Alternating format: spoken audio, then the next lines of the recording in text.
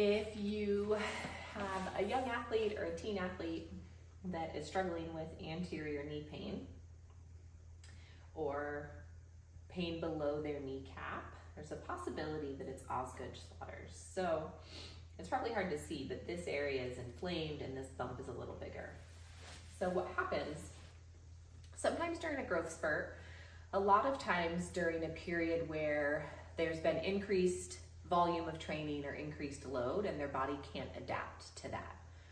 So the quad muscle group feeds into the quad tendon.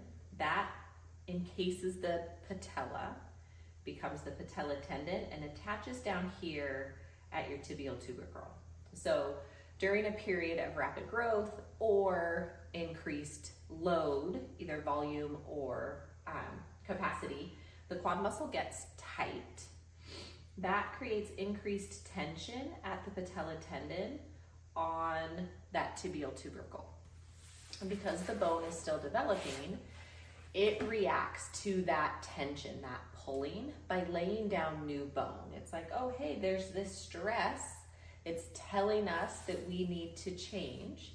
So it lays down new bone. So that's why this bump gets more prominent. And that has a little bit of an inflammatory process. So it gets really tender and inflamed. And then that's where it becomes painful. They can't kneel on it. It hurts to squat. It hurts to jump. It hurts to land. It hurts to run. Running and jumping sports are the most likely causes, but it can happen for a variety of reasons.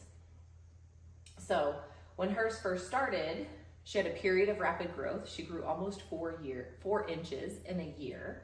So a little bit of increased tension, became kind of uncomfortable, settled down. She then unfortunately had a direct trauma, so had an injury that caused the skin to tear open and required sutures. So now she's got a big scar right over that patella tendon. And most recently, she significantly increased her training volume with volleyball. So all of that repetitive jumping and landing without her quads having the capacity to tolerate that load increased that tension, flared up this acute reaction at her tibial tubercle. So now she's got pain again.